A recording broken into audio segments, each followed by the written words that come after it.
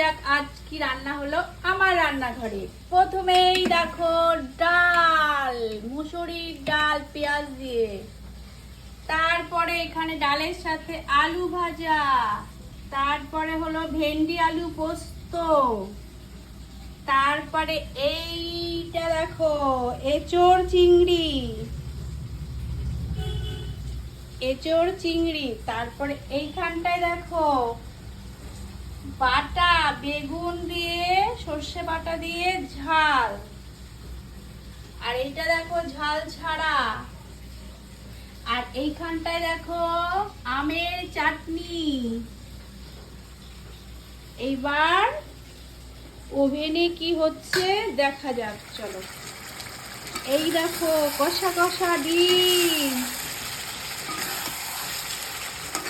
আর এইখানটায় দেখো চিংড়ি মাছ, এটা